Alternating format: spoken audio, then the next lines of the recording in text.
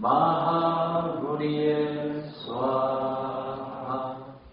Om Muni Bhuni Mahabhuriye Swaha. Om Muni Bhuni Mahabhuriye Swaha.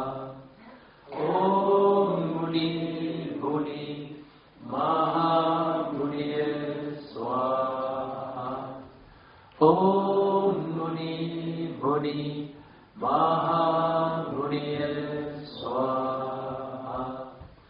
Om Muni Bhuni Mahabhuriye Swaha. Om Muni Bhuni Mahabhuriye Swaha.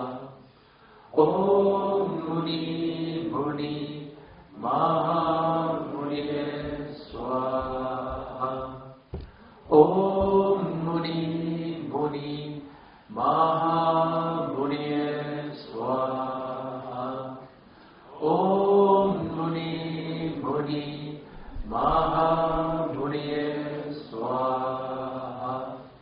Om Muni Bhuni Mahabhuriye Swaha. Om Muni Bhuni Mahabhuriye Swaha.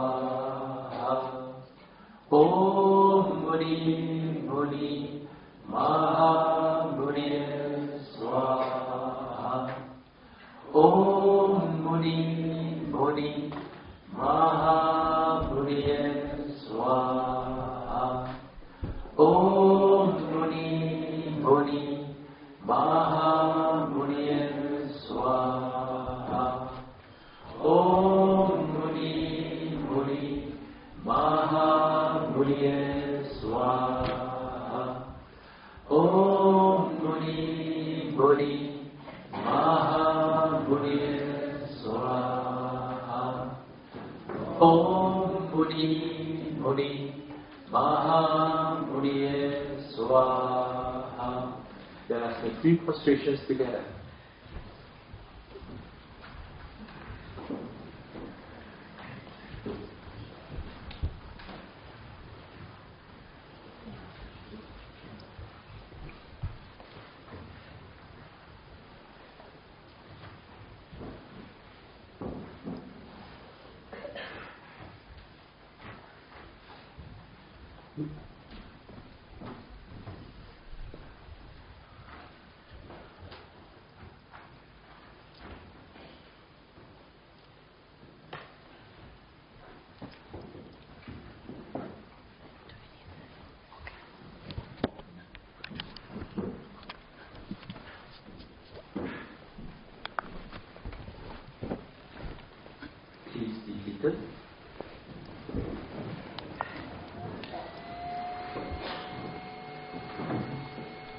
The half face our palms together to request Shila to give teachings according to the well wishes and capacity of the students. Shila, please give the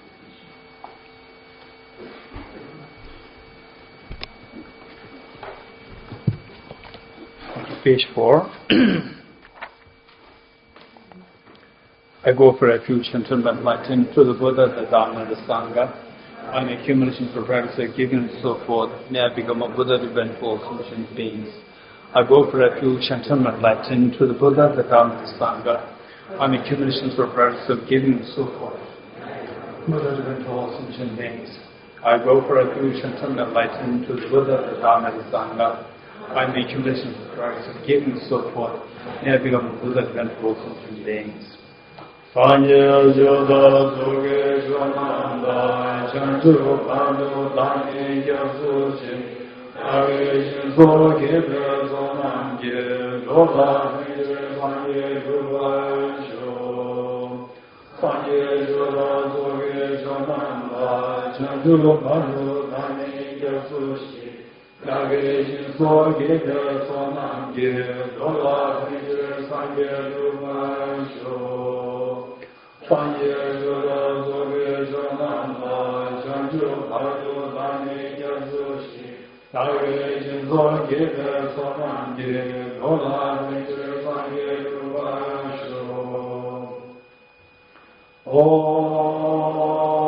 ye dharma hetu prabhavam hetum te shambhatagato yavatat tesham chayo nirodha evam vati mahashramanaye svaha.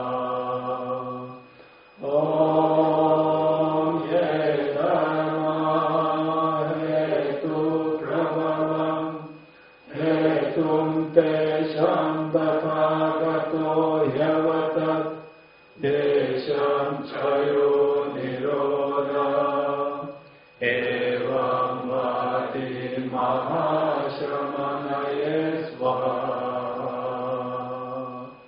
Om ye dharma hetu prabhavam hetum te shambhatagato yavatat tesham chayo nirodha evam vati mahashramanaye svaha. All phenomena arise from causes. The causes are talking about the Tathagata, the situation of causes as well as talking about the here. Yata om gati gati agagati agasambhati bodhisvatyata om gati gati agagati Sangate bodhisvatyata om gati gati agagati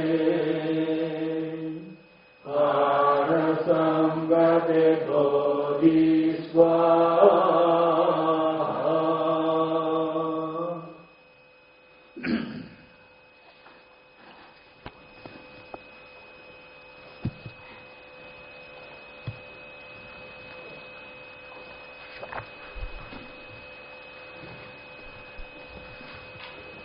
Okay, what I've in my mind is that this afternoon we're going to have the class from 2:30 to 3:30 or 4, and then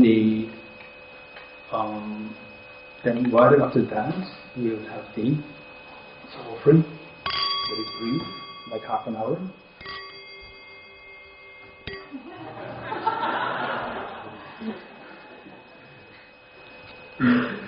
Nicola could not believe it.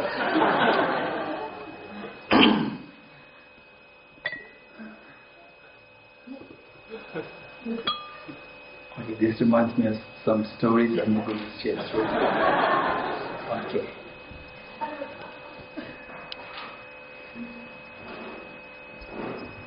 Okay, so I think better let us meet at 2:30 to 3:30. Maybe like 4:30 or 4, the class. Then from 4, some offering, like 1 hour. That's it. Yeah. Okay. So where are we now?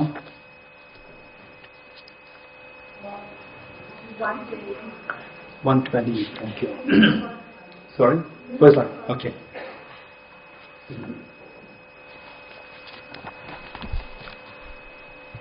I wish I get some time for the question answers. There are many questions which came here. I'm keen on that. But the question answers,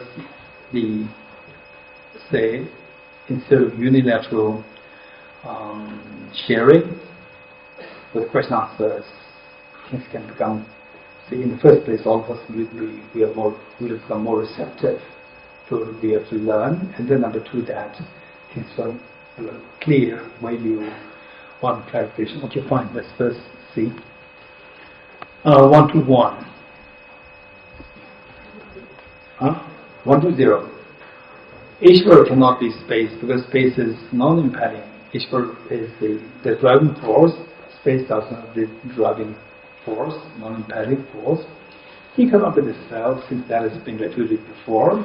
Self, Ishvara should be permanent and the independent, and the self is dependent. Self is empty of, self is like illusion, like dream. And even if you say he is the creator, which is inconceivable, rather than what you usually discuss, inconceivable. 121. And what could it be that he wished to create? So so he's a creator. What is that thing that he wishes to create? Okay, these are the lines of reasonings which are very good for us in ways that to help us awaken our intelligence. It is very important. When intelligence is grown with the tender heart of compassion, you can do magic. So with tender heart of compassion, but the intelligence is lacking, again you can do much. So we require both. And these are the reasons which we learn. 121. And what could it be that he wished to create? The self. It's the self that he wishes to create. Well, under the self, the earth, the rest of the elements, and Ishvara is supported to be, instead of eternal, change it to permanent. Instead of eternal, change it to permanent.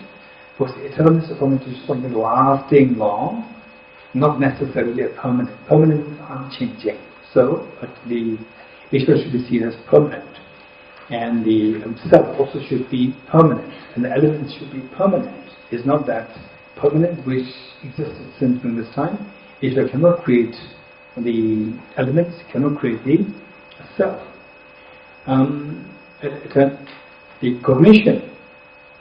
The cognition arises from the object of cognition. Meaning that, for example, say the cognition of the blue, that this is blue. So that cognition arises but depends on the object, the blue. This is dependence in the air. So therefore, if the Ishvara, the creator, is to be seen as permanent, independent, then your cognition, like the mind cognizing the blue, and on that basis, it's referred to as the blue. Dependence is there, whereas the Ishvara is to be seen as permanent, non-dependent. 122. Happiness and suffering have arisen since the last time, and happiness and suffering are not created by any external agent, they are created by your own karma. This from one's own karma, not by external agents. So tell me what has been created by Ishvara, and if there is, by the way, some of us may feel that this is a little too strong, rejecting some of the tradition. So this is the remnant of the past, meaning that in the past it's so common. Say it's a different situation, different time now. So now we don't really do like this, right? Say some of the tradition, Buddhism is bad, Buddhism it talks like this. No, this is not relevant today. In those days, open debates are happening. As I told you earlier, open debates happen, and if the Buddhist teacher lost, he and his students, or she and his students, all go to the other to follow the other tradition. Likewise, the other party lost the debate, you have to come. Some people, sometimes they don't remain loyal to the customs. They don't, convert themselves. They still remain very strong sometimes.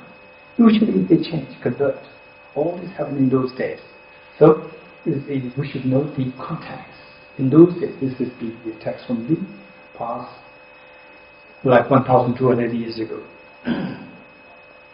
And so tell me, what has been created by Ishvara? And if there is no beginning to the cause, how can there be a beginning to the effect? So let's say that so when we talk about cause and effect, you can track back to beginninglessness. So if you conceive of an agent, somebody comes and decides some cause and effect, then there should be a beginning there. But actually, in reality, so for example, say my approximate ignorance. Nobody created it. It's my own, ignorance of the past. that is responsible that I'm ignorant today. It's my own anger of the past that I'm angry today, I have the anger today, like attachment, craving, jealousy, all these things are from the past legacies, not anybody is responsible. Right? No one is responsible. You yourself are responsible. Okay. 1 to 3. And why does he not create continually?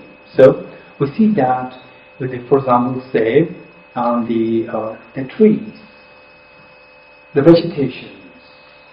Right? In autumn, in many places in autumn, the vegetations, the leaves, they shed the leaves, they become dry, and then the next spring it again arises.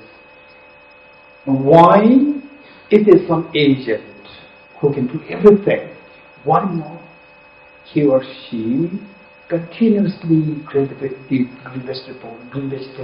vegetations? Why not? Why only in spring the vegetations grow?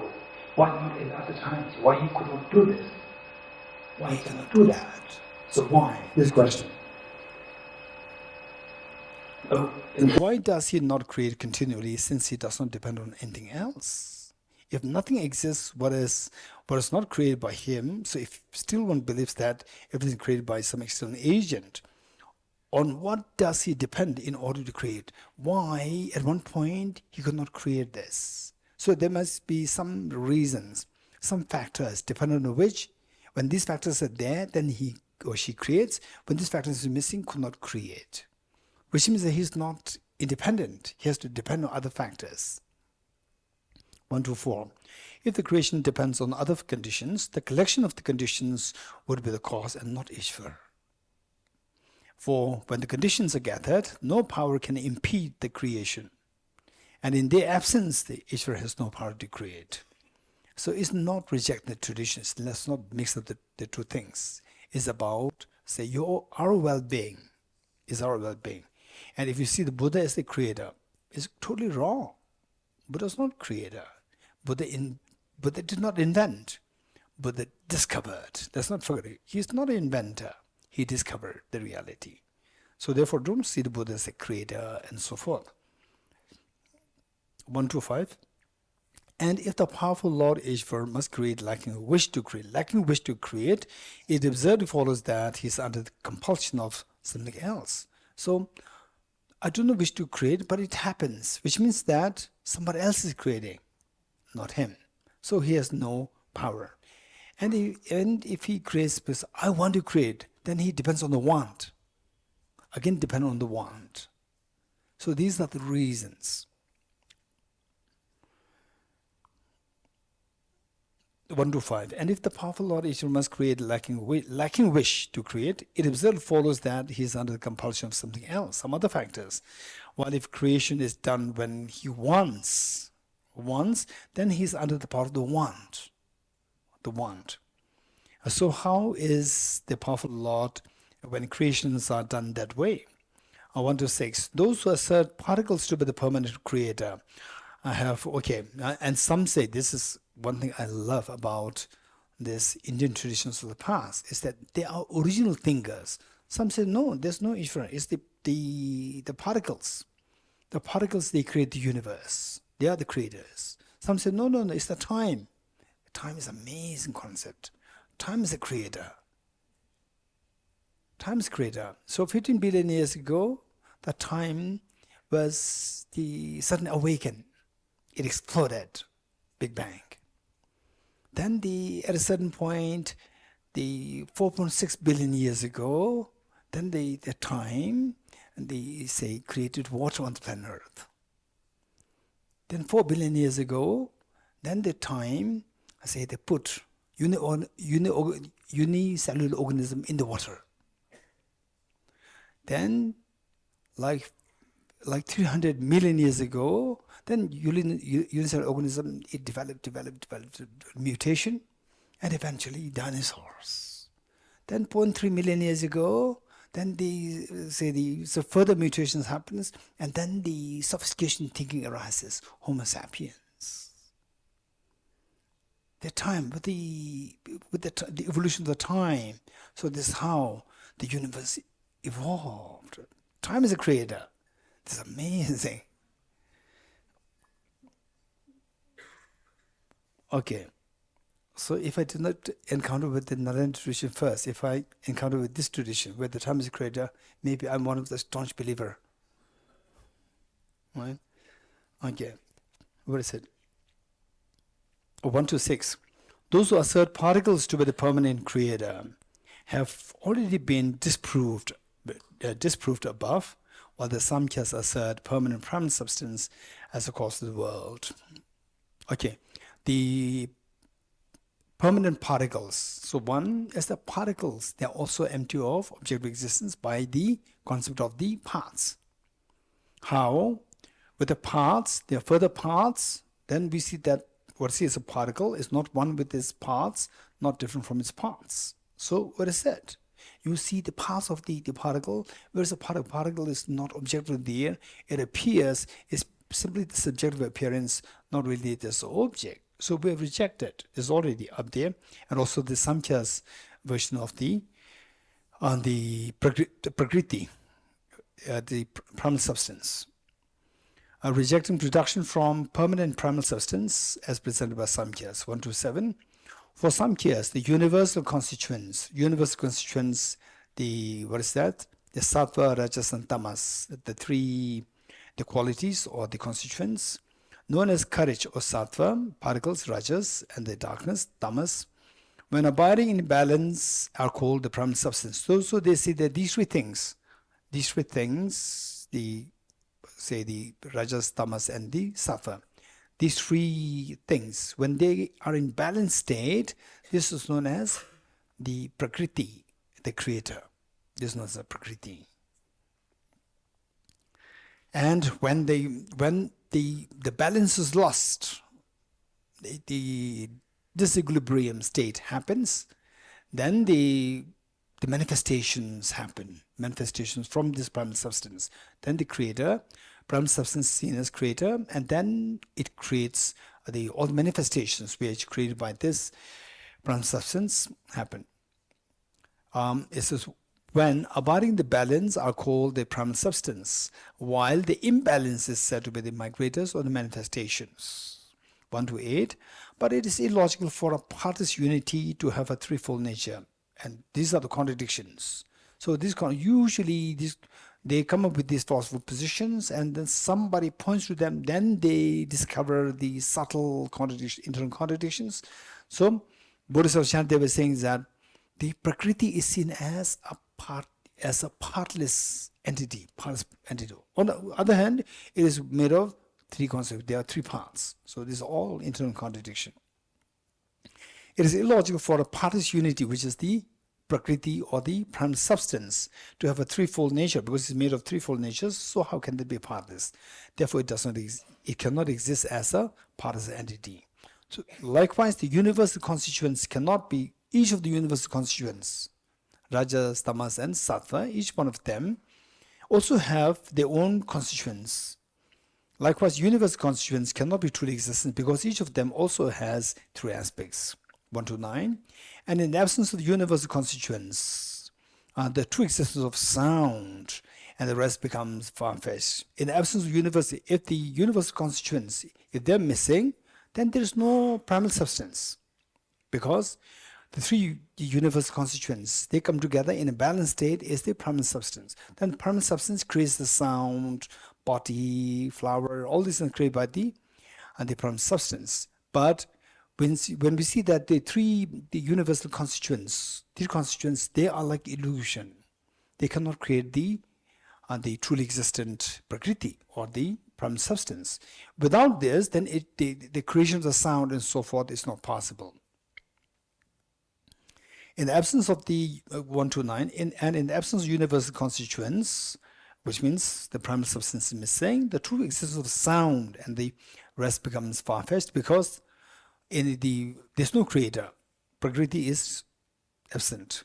Moreover, it is impossible for pleasure and so on to exist in non-sentient clothing and the like. So this is now Bodhisattva Shantideva's the rejection, saying that, say, these three things, the rajas, tamas, and sattva, these three things are in the form of three different feelings: pleasant, unpleasant, and neutral feelings.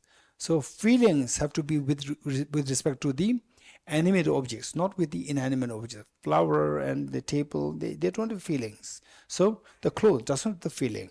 So how can the cloth be made of these three components? Because it doesn't have the feelings of the pleasant, the pleasure, and so forth. 139. If functional things, who would have said? 129. And in the absence of universal constituents, the true existence of sound and the rest becomes very far-fetched. Moreover, it is impossible for pleasure and so on to exist in non-sentient, meaning inanimate objects like clothing and the like, because inanimate don't have the feelings, whereas these three constituents, they are the nature of the feelings: pleasant, unpleasant, and neutral. 130. If functional things are the nature of the causes meaning these three constituents, well, have not functional things already been analyzed? Functional things like the flower, the house, and so forth, we analyze, they're all like illusion. Because they're illusion-like, they don't exist objectively. So what can these three components, how can these three components can manifest in the form of the objectively existing phenomena? Because objectively existing phenomena is already rejected. In any case, the causes for you, according to the Samkhyas, you are the very pleasure and so on, meaning that these three, the rajas, tamas, and the sattva, these three in the form of three different feelings. But cotton clothing and the like do not arise from those. For example, your cotton clothes, they should not arise from these three things, the rajas, tamas, and the sattva. Why? 131. And pleasure and so on arise from cotton clothing and the like. Instead, when you put on the cotton clothing and so forth, then you get the pleasure. You get the warmth, you get the cold, so forth, not the other way. Then since these do not exist, say in case, let's say that when you don't have the, say, very cold, when you don't have the warm clothes, then the pleasure of warmth will not come. In which case, the three natures, rajas, tamas, and the sattva, they're gone. If they're gone, then prime substance, prakriti, is not there. Because prakriti should have these three things in balance. So if these three are not there, prakriti is not there. If the prakriti is not there, it contradicts with your philosophy that nothing can be existent except for the self. Okay. And since these do not exist, pleasure also do not exist. Moreover, even the permanence of pleasure and so on has never been seen. And these three things, so prakriti is seen as permanent, cannot be existent, non-existent, should be permanent. And even these three things, rajas, tamas, and sattva, is like you are hearing something, right? Totally no clue, and still something is being said, right? Don't worry. Right? Okay, so for some we have to go like this. Because? Because today is the last day. Moreover, even the permanence of, but this is very important. Why important? Is because that the say that finally, what helps us to go from gate to gate, parasam is not simply by single point of meditation. It is by analytical wisdom. You're getting it? Analytical wisdom. Your wisdom should progress. Gate, parasam bodhisattva. Wisdom. For this wisdom means we should know the reality, the depth, and the vastness. The depth, the vastness, and the numerosity. It's not just a partial knowledge, it should be numerous. So that your mind should be as flexible, should know everything. So all these are the questions which can possibly come about. When these questions come about, you can start. It may be right, who knows, right? Then you cannot go further, you can start. But if you know that these are not really true, this is not really true. Then you can go further, you can go deeper. Otherwise, usually what I say is that say reading the, for example, say somebody's a good practitioner practicing so much, and then I just want the emptiness directly. I don't want to go into all these debates. Some people say like that. Somebody said that, Geshe, tell me the four truths, 410 systems, which is the reality. Then I say, Prasangika, teach me Prasangika directly. Don't teach me the others which are not real. Right? Okay. So the point is that my teaching is like the babysitting. The real teaching is the teaching of the great masters like Lama Tsongkhapa. Then you go back Acharya Chandrakirti, Acharya Dharmakirti, Acharya the Dignaga, then go Arya Nagarjuna, these texts. In these texts, when you really want to see the treasure in this text, you will come across very simple points, some very simple points. They're very simple. You just flip it and you understand it. But if you don't know how to flip it, you get stuck there. And you think that I cannot go any further. You get stuck. So how to flip it? You have to skill. You need the skill to flip this. So these studies will help us to flip the small things, and then you can just keep going, and keep unfolding the treasures in the texts. So it's so important. And if you don't understand now, don't worry. Just listen. And what I'm trying to explain something, it doesn't make sense. Or are you able to understand something? Okay, there's another way. I say modern people, meaning all of us, they have the tendency to say that it doesn't make sense. So it's very different than saying that I cannot grab this. It's very different. I cannot grab this, there's humility there. It doesn't make sense. There's no humility. You're downgrading the brilliant wisdoms of the masters. You have no respect for these masters. If you don't have the respect for these masters, you have no respect for this knowledge. The receptivity closed down. When the receptivity is gone, you will not get it. This is the difference. So therefore, in the monastic universities, these brilliant philosophers, for example, my teachers, today, one is like 94, and another one is 92. You sit with my teacher, and you ask some questions. I was so amazed one time. One of my teachers, Venerable Geshe, we invited him to give a teaching in Tibet. He was already 92 then. He was already 92. And then some of the Tibet house, I think, Venerable Shingla and others, they were there. And some of them, doing his teachings, then question answers, they would ask questions. And before the student could answer the question complete, and the student is lost what he or she's asking. And before you complete the sentences, my teacher you could easily sense you get lost. So he will help you. This is your question, right? This is your question. Yes, you're right. So this is a brilliance, 92 years old. And yet, the one who asked the question may be in the 20s or 30s.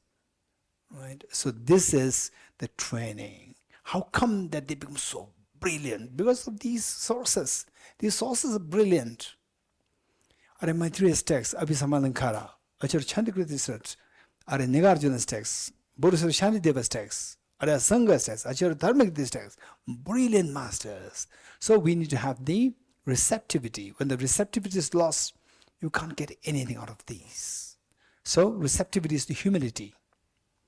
The humility that I'm not able to grab at it. I could not get it. Instead of saying it doesn't make sense. Okay. Where are we? 132. Huh? Okay. 132. If manifest pleasure and so on are truly existent, why is their experience not perceived? Okay. So, say the manifest pleasure, meaning again Rajas, Tamas and Sattva. these three components, when in balance, is known as the creator. When in imbalance, then the flower, it manifests from the flowers, house, clothes, and so forth. If that is the case, one contradiction, these three are looked upon as permanent phenomena. So when you go through, for example, say, you put on the cloth, warm cloth in the winter, and say because of whatever reason you have a stomachache, you have a pain. So the pain overrides the happiness, the joy. So what happens to this pleasure? One of the three components of the primal substance. What happens to this? So it goes into dormant, but it's permanent. It cannot go into dormancy. So this is a contradiction. Why is their experience, the joy or the pleasure, not perceived when you are suffering? Suppose you say, experience turns into a subtle state. So then say, okay, this experience there is not that it disappeared. It assumes a subtle state, which we discussed last time, subtle state. Well, how can it be both gross and subtle? Meaning that you said that it is permanent. It's permanent. What is gross, it should be gross. And now you say it is subtle. So you are saying that it is gross as well as subtle. One object cannot be gross as well as subtle. If it's gross, it's not subtle. If it's subtle, it cannot be gross. 133. If it becomes subtle and non-manifest, after having left this gross manifest state when suffering, these gross and subtle states are impermanent. Then these states become impermanent. So why not accept all functional things as impermanent? 134. And if the gross manifest state is no different from the pleasure itself, and then the manifest pleasure is impermanent, suppose you assert, but something totally non-existent in the cause could not be produced because of its being non-existent. Samkhyas, what they say is that, one thing that we need to know Samkhya is that you squeeze a handful of sand, well, oil comes out? No, comes out. Why not? Because let's say the Naima, why when you squeeze a handful of sand, why the oil doesn't come out? The question is oil, right? When you squeeze a handful of sand, why food oil, does not come out of it? Why not? Does it come out? Handful of sand, not squeeze sand. Sand, right? Dust. Squeeze and oil comes out? Why not? Very good. Very good. You're getting it. Okay, don't forget it. So likewise, say if there is a house, a person comes out, which means that before the person comes out, the person was inside the house. Yes? Yes? Okay. Very thin of the victor. Yes. Okay.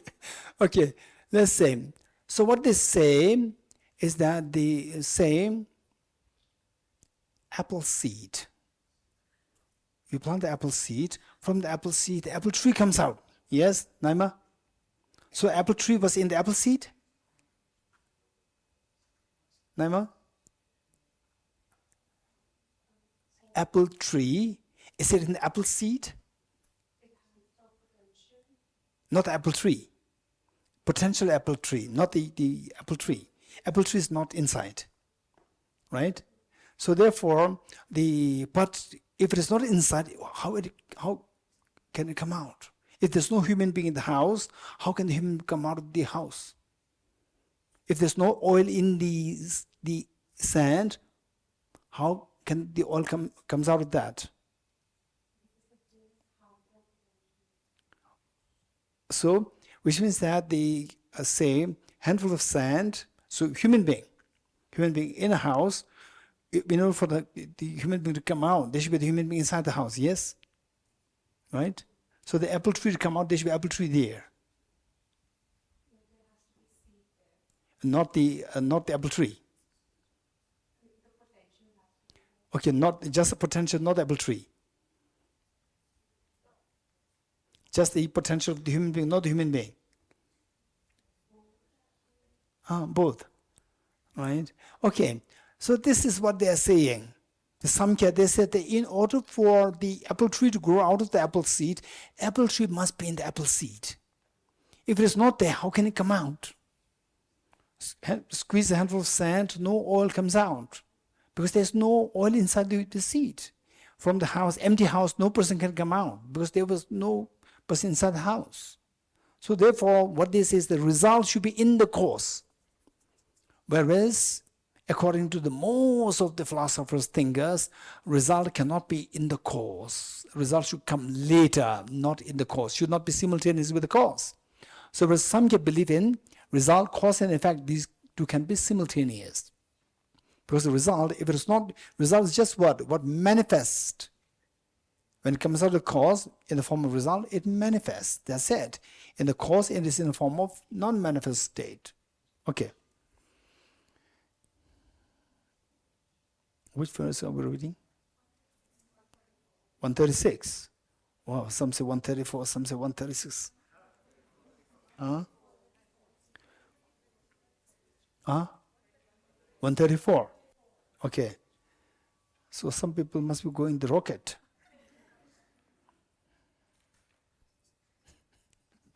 Okay. 134. I suppose you assert, but something totally non-existent in the cause, something which is totally non-existent in the cause cannot come to existence. So, but something totally non-existent in the cause could not be produced because of its being non-existent. If it does not exist in the cause, it cannot come out. This is unique presentation of Samkhya. 135. Even if you do not accept the production of an evident phenomena, still, okay, so what they say is that, it's not that with the, say, apple tree coming out of the apple seed. So apple tree should be already in the apple seed. This is Samkhya's position, right? And for how many of you it makes sense? It doesn't make sense. Okay, let's say, is it true that they say my hand, I have the hairs, I have, what is that? Old age marks, what do you call it? Age spots. So the age spots, now they're coming out. Okay, age spots, these things. When I was 5, I remember 5, 6, 7, 8 years, my hands used to be so cute. No age spots. But they're coming. But they're not coming everywhere. They come in some places, not everywhere, right? So it's already fixed in the genes. In my mother's womb, it's already fixed. So what is fixed in my gene, in the fetus, right? It's already fixed there. If it's not there, even though I'm already 56 years old, still the age spots will not be there. So why is coming now? Because it must be there in the genes, right? So therefore it must be the result, what is coming now, which is non-existent when I was 7 years old, it is already there in the genes at the time of the fetus. It's already there in the genes. So what is there comes out. What isn't there does not come out. So what Samkhya said is very true according to the modern science. No? Yes? Huh? So Samkhya will be happy to drag the okay, and Professor Victor also, right? Samkhya will drag you. Okay, how many of you say no? It doesn't make it, what it says is yes, yes. I say no because I've got these aging spots here. I say no because I've got these aging spots here in my hand. I don't have them so much on this hand. I did years of driving in Australia, and I have my hand up here on my driving wheel, and the sun shines in. The other hand, the sun doesn't shine in on my hand. So as a result, I've got more aging spots on this hand, this arm, than I do on this one. So I don't think it's genetic at all. I think it's environmental external conditions. Okay, let's put it like this. So one hand exposed to the sun, right? Exposed to the sun. Is it everywhere 100% the age spots? No. There are spots where not aging spots also. So these spots where aging spots are not there, are they exposed to the sun or not? Yes, they are. Yes, but no aging spot. Why? Because I think our skin, those atoms aren't necessarily homogeneous. So why homogeneous? They're changing all the time. This one is, so why this change happen only on where the age spots are, but not in the other spots? So this is all decided. This is all decided in the genes. Not that everybody who is exposed to the sun will have the aging spots. No, some will have, some will not have. This is all decided by the genes. This is amazing, right? But Samkhya is not amazing. Right? This is amazing. That I agree. This doesn't mean that the result should be in the cause.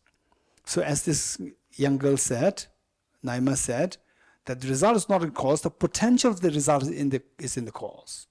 It doesn't tell that the result is in the cause. It tells that the potential of the result is in the cause. These two are very different. Okay. So the Samkhya is not letting us finish the course. Okay, where is it now? 135. Even if you do not accept the production, the evident phenomena, still this is actually the case. So we say that, even though you say that, okay, the apple tree is not newly coming to existence. It was already there in the seed. Newly coming to existence is what you don't agree, but in reality, so what you say is non-manifest form, apple tree in the form of non-manifest form becomes a manifest form. And this is in reality what we call as apple tree newly grown from the apple seed. So you are, in a way, you're accepting it. It's just your philosophy that you think that it's not the case. And still this is actually the case. And if an effect exists, if you insist that the result is in the cause, then consuming food would be right? So the result, after the food, something comes out. What comes out should be in the food is the cause. So when you eat the food, you're eating that what comes out after the eaten food. Okay. I don't know. Okay. Wow. Very powerful debates. Okay. 136. And why not buy? So instead of buying, which is cheaper, buying the clothes or the seeds, the cotton cloth, or the cotton, or the seeds of the cotton, which is cheaper? Seeds is cheapest, not the cotton. Cotton is a little more expensive. Then clothes are more expensive. So buy the seeds, wear the seeds. Buy the seeds, wear the seeds, and then where the seeds are, cotton clothes is also there. It's very cheap. It's better. 136. And why not buy and wear cotton seed for less cost than the price of cotton clothing? Suppose you say, although common people do not see it because of ignorance, saying that, oh no, I'm not going to buy the seed because common people do not see the cotton clothing in the seeds. So therefore, you say the common people, they don't buy the seeds. Okay. Okay, that is precisely the position established by Kapila, the knower of the reality. So the one who founded the Samkhya tradition. This is what you accept, and then you know that, right? Okay, common people may know that, but you know that the clothing they are in the seed. You wear the seed. Common people may not wear it, but you have to wear it because you know that, right? You don't have the ignorance. Wow, this is amazing. 137. Well, cognition of that must also exist in common people. Now, Bodhisattva Shantideva is pushing them that even the cognition of that, meaning that the result to be in the cause, must be in the common people as well. So why do they not see it? Suppose you answer, because common people are not valid cognizers of that, because people, they don't have valid cognition. Well then, what they see as manifest, okay, now they see that they are putting on the clothes, it will manifest. even that must not be right, because they don't have the valid cognition, common people, to see the manifest clothes also. So that must be also wrong. So you have to advise them not to wear the clothing, because this what you see is wrong. It's not clothing. 138. Suppose you retort, but you too assert. Okay, now listen, you Prasangikas. Now some kids are telling you. Suppose you retort, but you too assert that a valid cognizer for the common world is not a valid cognizer. So for example, the common people say that this house is permanent address, right? So the common people, you say that they think it's not valid. So they think it's not valid, so which means that what they eat, you have to tell them, don't eat food because you think it's not valid. Is this what I'm going to say? This is the exact debate put forth against it, Prasanga by them. Suppose you retort, but you too assert that a valid cognizer for the common world is not a valid cognizer. Number one. Number two, what the conventional analysis sees is not seen by the ultimate analysis. And ultimate analysis, ultimate. Conventional analysis, deceptive appearance. So, what the conventional analysis sees should be non-existent, because it is not seen by the ultimate analysis. There's amazing debate. So what would you say? What would you say? So what the conventional analysis sees, so is this a flower? Hey, what happened? Is it a flower? Yes. Right? How do you know that? Through conventional analysis. But what your conventional analysis is a flower, this is proven to be non-existent by the ultimate analysis. And of the two analyses, ultimate analysis is more reliable. So you have to reject what is seen by conventional analysis. Right? These two contradict. One says the flower exists, one says the flower does not exist. So how do you respond to this? Wow, this is amazing. Right? Okay.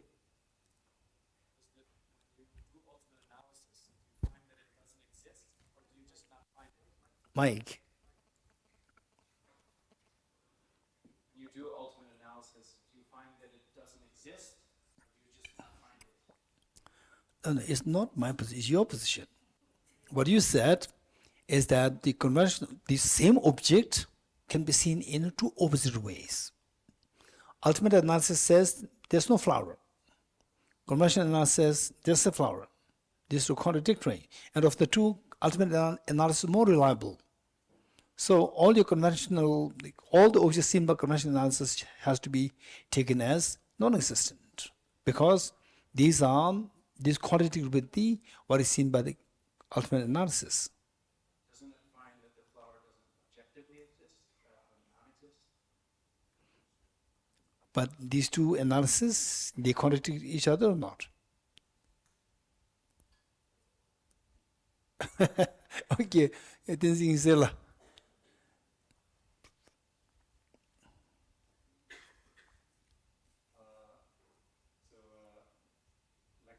Mark said, in ultimate analysis you don't see the flower, but that doesn't reject the existence of the flower as seen by the conventional analysis. The conventional analysis sees the flower, but it doesn't reject it. The flower is there. So the two perceptions, they don't contradict with each other.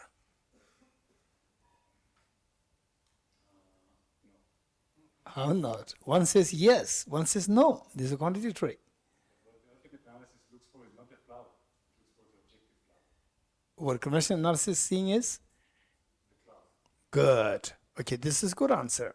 So these two perceptions, they don't contradict. Whereas you say, yes, there's a cotton clothing there. No, there's no cotton clothing there. These two contradictory. Whereas with two different perceptions, say, oh, there's a clothing. There's no clothing. These two are conventional analysis, ultimate analysis. With the same conventional analysis, if you talk about two opposite, statements, these two are contradictory. Whereas with the two different perceptions, two different analysis, same object can be seen in two different ways. There's nothing wrong. This is no contradiction. Thank you. Okay, which verse? 139. 138 is not complete. Okay. Suppose you retort, but you too assert that valid cognizer for the common world is not a valid cognizer with respect to ultimate, then wouldn't that what was cognized by the common people also become false? And therefore, in actuality, meditation on the emptiness of functional phenomena becomes untenable for you. This is amazing, right? 139. Without having identified the object negation. So, now the advice given is that, so for this we have to identify what is being negated and what is accepted. These two things. What is negated and what is accepted. This is extremely amazing. Here, Bodhisattva, again, when it comes to a very fine debate from the opponent's side, explains that by teasing apart the two truths. Teasing about two truths and then explaining ultimate reality. Likewise, Acharya Chandragiri did the same thing. Explain the two truths when it comes to the opponent's argument against the Prasangika. So it says, without having identified the object, so this has two different explanations. I will explain this as per how it's explained by Lama Tsongkhapa. Without having identified the object of negation, for example, say there's no objective existence. What is negated? Objective existence is negated. So objective existence is the object negation. If you don't identify that, then you cannot negate it. Okay. Say, how many of you know that I have a what is that?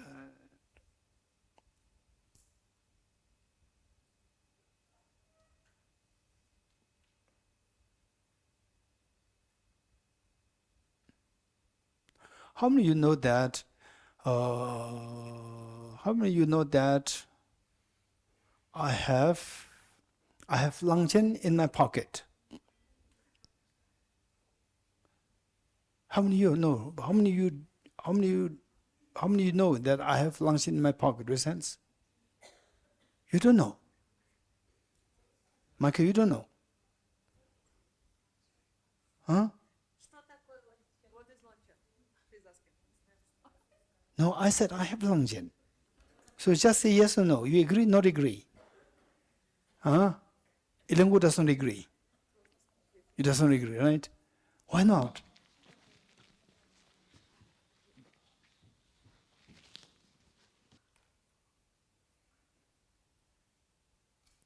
Because Langchen is elephant. Wow, that's amazing. Okay, so Shwetlana, Natalia, Langchen means elephant. So I said, I have Langchen in my pocket. Is correct, not correct? Is that correct? So you rejected that. To reject that I have a Langchen in my pocket, you have to know what Langchen is.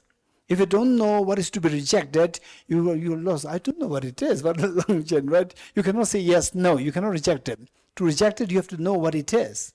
But even if you have a pen in your pocket, I still don't know if you have it or not. That's true, that's true. So you have to ask me. Say, okay. Say, okay, let's say I have a Geshe in my pocket. Correct, not correct? Correct. Natalia?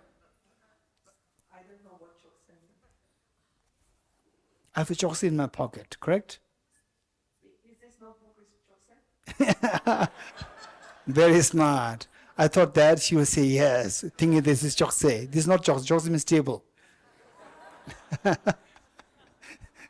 Right? Okay. So the point is that what Natalia said is very smart. So the point is that in order to reject something, you have to know what you're rejecting. If you don't know what you're rejecting, you cannot reject it. You are not the legitimate person to reject it. So it says that without having identified the object of negation, what is to be negated, which is but imputation, the absence of that object, absence of the Langchen in my pocket cannot be apprehended. So without knowing what the objective existence is, you cannot reject the objective existence. Therefore, whatever is a false object, is lack of entity, which is lack of entity is what? Is lack of object of existence, which the entity is clearly indicated as falsity. So meaning that the flower is empty of object of existence. Emptiness of the flower as well as emptiness of the flower is also what exists conventionally. Emptiness of flower is ultimate truth, conventional truth. Ultimate truth. Does it exist ultimately? It does not exist ultimately. Nothing exists ultimately. Emptiness of flower is ultimate, but it does not exist ultimately. Nothing exists ultimately. So if it does not exist ultimately, how does it exist? It exists conventionally. So emptiness is ultimate truth. It is ultimate, but it does not exist ultimately. It is not conventional truth, but it exists conventionally. This distinction must be made. Okay, we'll finish this off. Okay.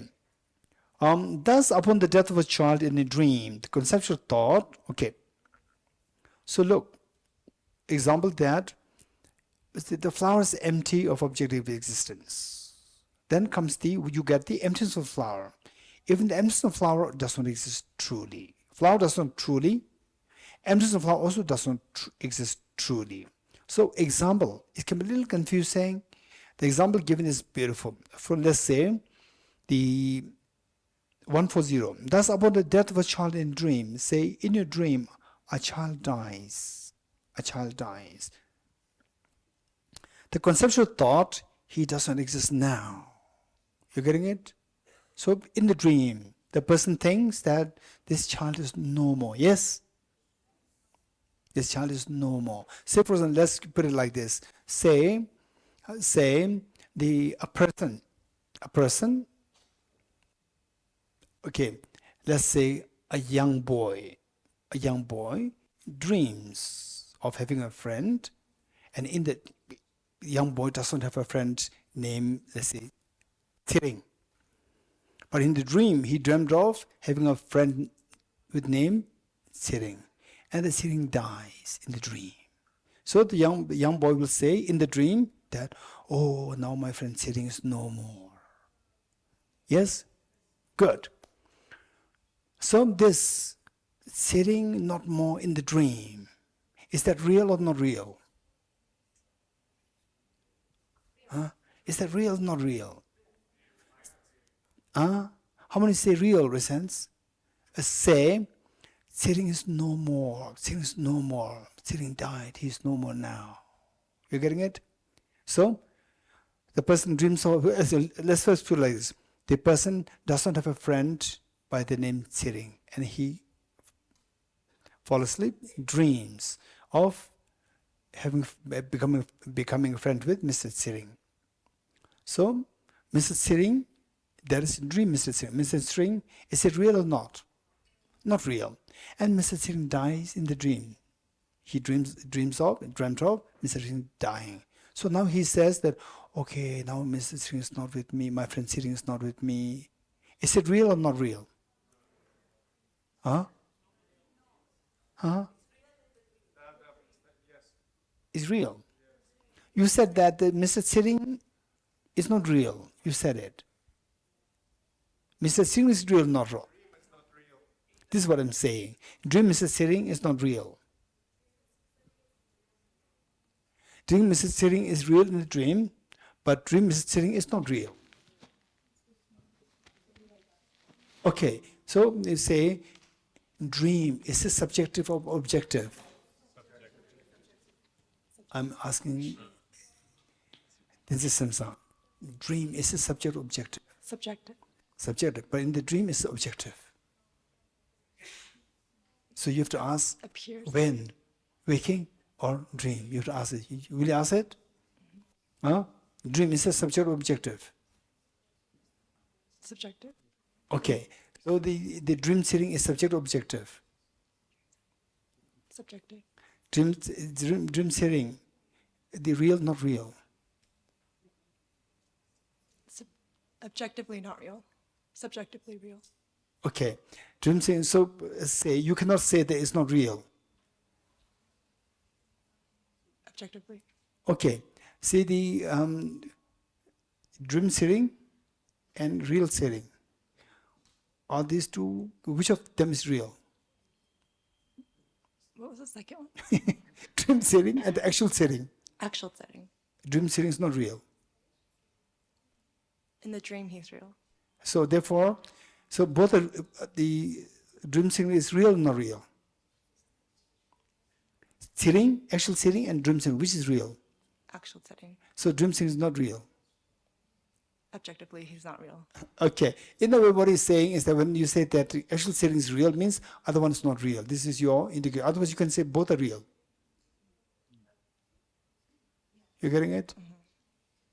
Okay. So when you go to shop, you know, please give me bread, morning bread, right?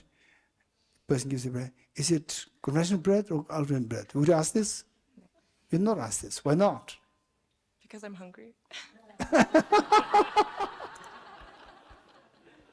If you're not hungry? What? No, because I'm hungry, I won't ask. No, if you're not hungry, then you'll ask. Right? Depends how much time I have. Okay. Dream sitting, dream person, what's the person's name? Sitting. Dream, is it real or not real? Not real. No, why are you not asking me, are you real or not? Are you in dream or waking state? You are not asking me. This you are not asking, you are asking other things. For other things, why?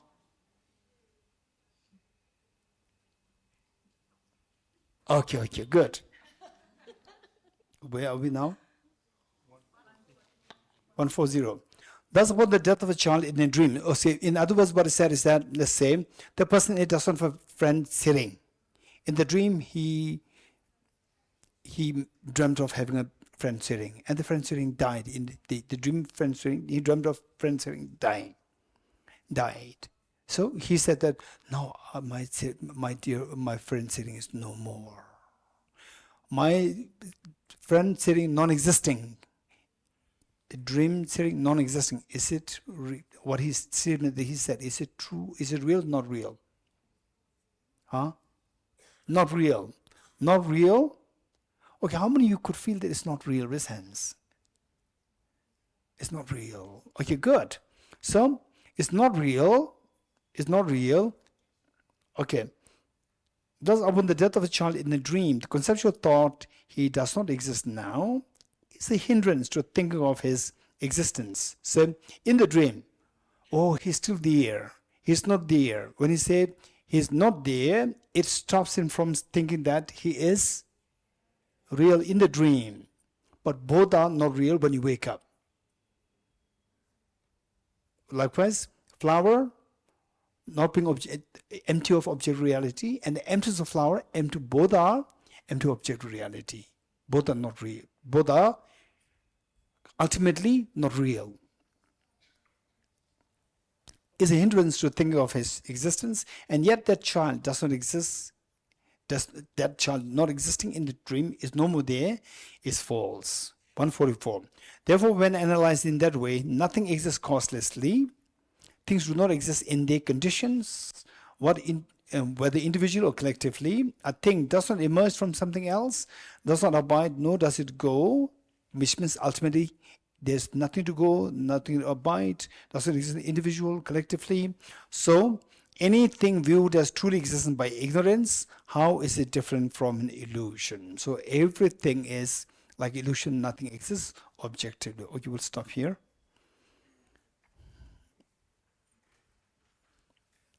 Since that, we can easily finish this off. No need to come at 2:30. We'll come at? We'll come at 3 o'clock. Ask to remind you about the meditation on the mental consciousness. Yes, very good. So at 3 o'clock, I think we can easily finish this. And then the little time left, we'll do the meditation emptiness and maybe some questions. And then at soul offering, at 4 o'clock, we have the soul offering.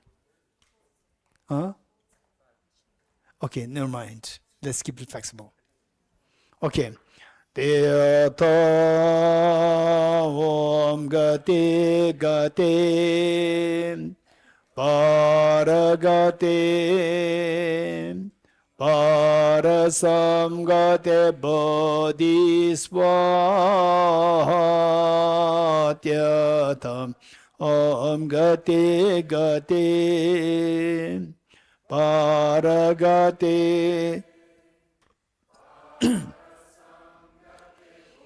Disvatyata Om Gate Gate Paragate Parasamgate Bodhiswaha. 3 prostrations.